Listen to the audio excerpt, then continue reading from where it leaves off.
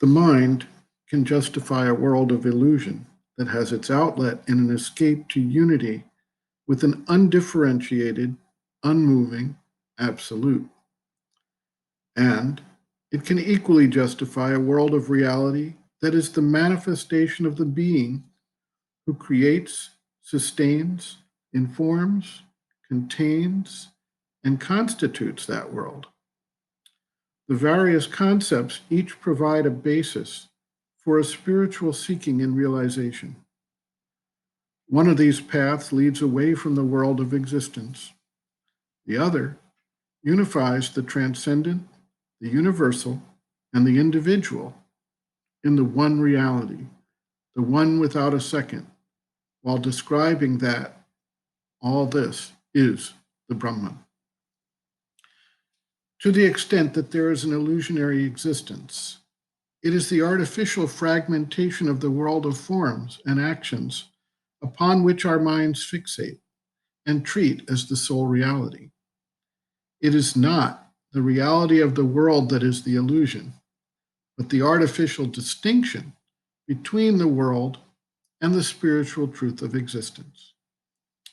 This distinction comes about through the methodology of the manifestation of consciousness, which evolves through time. The earlier stages do not grasp the entirety of the soul reality and thus are limited within the frame of their capacity. As consciousness continues to evolve, and the prior limits are thereby removed, the evolutionary beings become more capable of the spiritual understanding and the integration that proceeds from it. Sri Aurobindo notes, quote, "There is possible a realistic as well as an illusionist Advaita. The philosophy of the life divine is such a realistic Advaita. The world is a manifestation of the real, and therefore is itself real.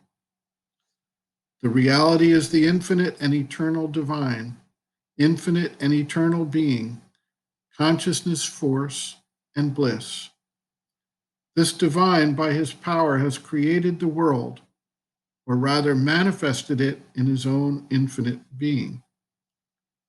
But here in the material world, or at its basis, he has hidden himself in what seems to be his opposites, non-being, inconscience, and insentience.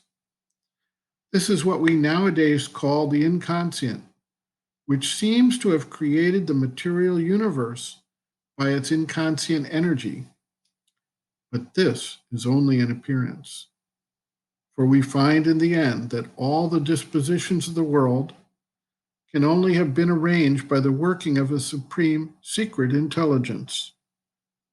The being which is hidden in what seems to be an inconscient void emerges in the world first in matter, then in life, then in mind, and finally as the spirit.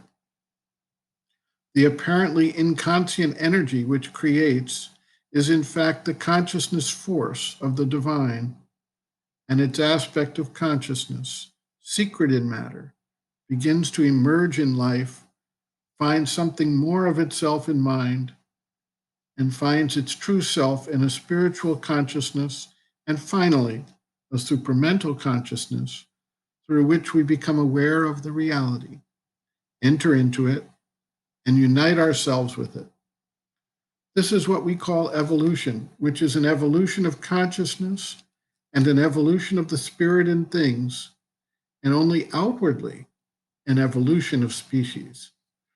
Thus also, the delight of existence emerges from the original insentience, first in the contrary forms of pleasure and pain, and then has to find itself in the bliss of the spirit, or as it is called in the Upanishads, the bliss of the Brahman. That is the central idea in the explanation of the universe put forward in The Life Divine.